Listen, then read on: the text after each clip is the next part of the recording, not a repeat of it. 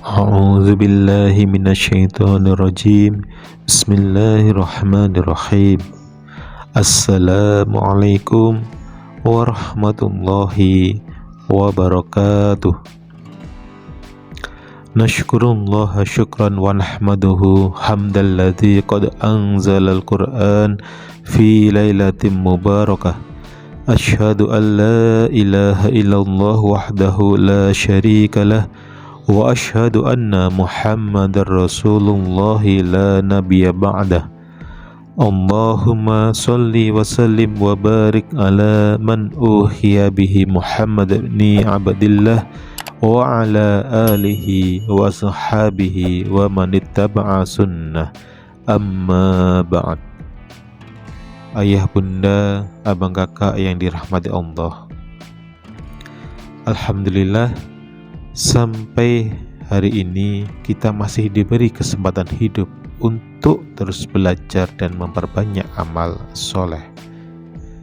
Ayah, bunda, dan abang, kakak, hari ini adalah salah satu hari bersejarah di bulan Ramadan yang istimewa. Kenapa demikian?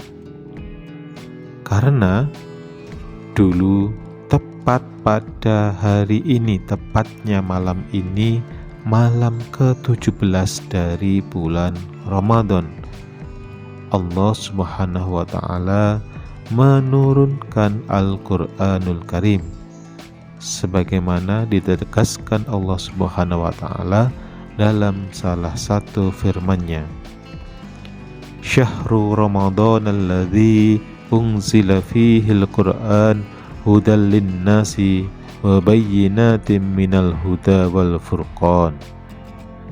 Bulan Ramadan, yakni bulan yang di dalamnya Al-Quran diturunkan sebagai petunjuk bagi manusia dan penjelasan-penjelasan mengenai petunjuk itu dan pembeda antara yang hak dan yang batil.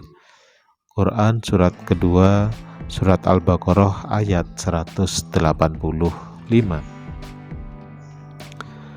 Kalau kita perhatikan ayat tadi, tujuan Allah menurunkan Al-Quran tak lain sebagai petunjuk dan pedoman hidup bagi manusia, khususnya umat muslim. Melalui Al-Quran diharapkan manusia, khususnya umat muslim, bisa membedakan antara yang hak dan yang batil. Ayah, bunda, dan abang, kakak yang dimuliakan Allah, malam nuzul Quran disebut juga malam yang diberkahi, sebagaimana yang ditegaskan Allah Subhanahu wa Ta'ala dalam Quran surat ke-44 Ad-Duhan ayat ketiga, yang artinya, sesungguhnya kami telah menurunkannya Al-Quran pada malam yang diberkahi. Keberkahan ini tidak lain karena posisi dan fungsi Al-Quran itu sendiri. Umat muslim termasuk kita tentu meyakini bahwa Al-Quran adalah kalamullah atau firman Allah yang fungsinya sebagai bukti mukjizat, petunjuk, pembeda antara yang hak dan yang batil, nasihat, dan bahkan sebagai obat bagi penyakit hati. Ayah, bunda, dan abang, kakak, Al-Quran diturunkan dengan banyak keistimewaan yang melekat padanya. Bagaimana tidak? Membacanya saja udah dianggap ibadah, apalagi mempelajari dan mengamalkan pesan yang dikandungnya. Bahkan Nabi pernah bersabda yang artinya kurang lebih demikian, sebaik-baiknya kalian adalah orang yang mempelajari Al-Quran dan mengamalkannya atau mengajarkannya.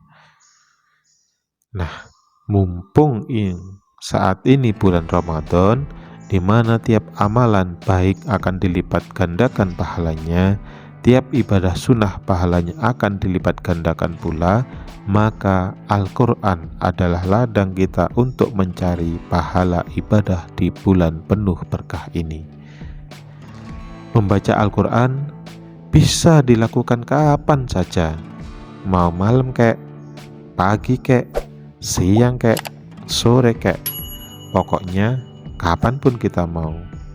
Baca Quran bisa dilakukan di mana saja, mau di masjid, di rumah, di kantor, di pasar, dan di mana saja. Tapi ingat, baca Al-Quran tetap harus diimbangi dengan etika loh. Seringkali orang bertanya, bagaimana kalau kita membaca tapi tidak tahu artinya? Apakah tidak sia-sia? Begini ayah bunda dan abang kakak sekalian, saya menceritakan sebuah kisah. Suatu hari, seorang anak bertanya demikian kepada ayahnya. Lalu sang ayah pun meminta si anak untuk mengambil air dengan keranjang sampah yang kotor dan dindingnya tidak rapat. Setiap kali si anak mengambil air dengan keranjang sampah tersebut, tak sedikit pun air yang tersisa dalam keranjang sampah tersebut. Semua air yang ia ambil menggunakan keranjang sampah tumpah keluar melalui dindingnya yang tidak rapat. Lalu sang anak pun mengeluh kepada ayahnya. Tidak bisa ya, begitu katanya. Lalu sang ayah pun berkata, mungkin kamu tidak berhasil mengambil airnya. Namun, coba lihat, keranjang sampahnya jadi bersih kan? Demikian kisah yang pernah saya baca.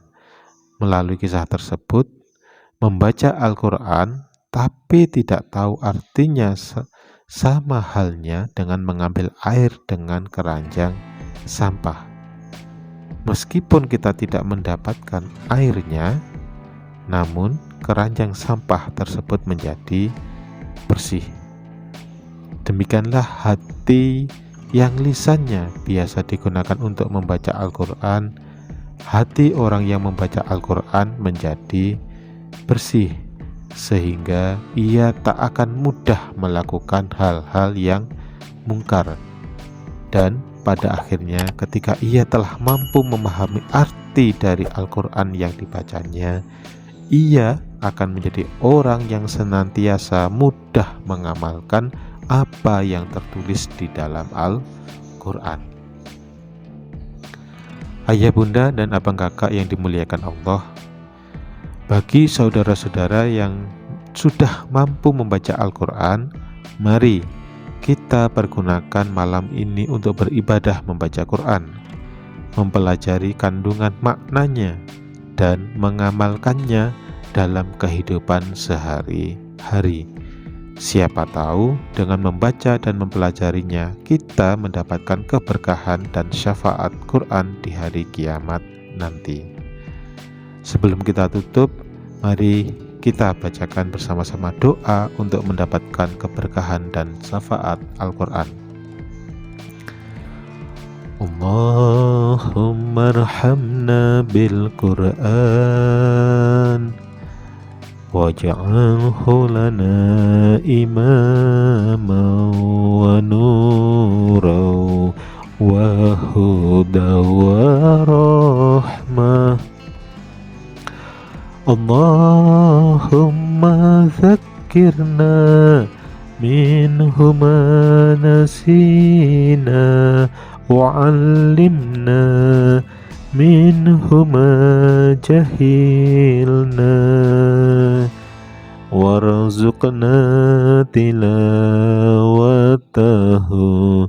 ana al-laili wa adrafan nahar waj'alhu lana hujjatai ya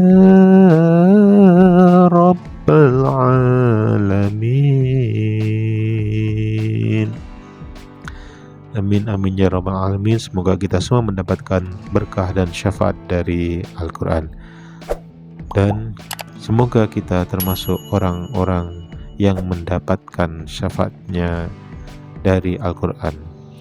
Ada kesalahan dan kekurangannya, maaf. Ihdinas siratal mustaqim. Wassalamualaikum warahmatullahi wabarakatuh.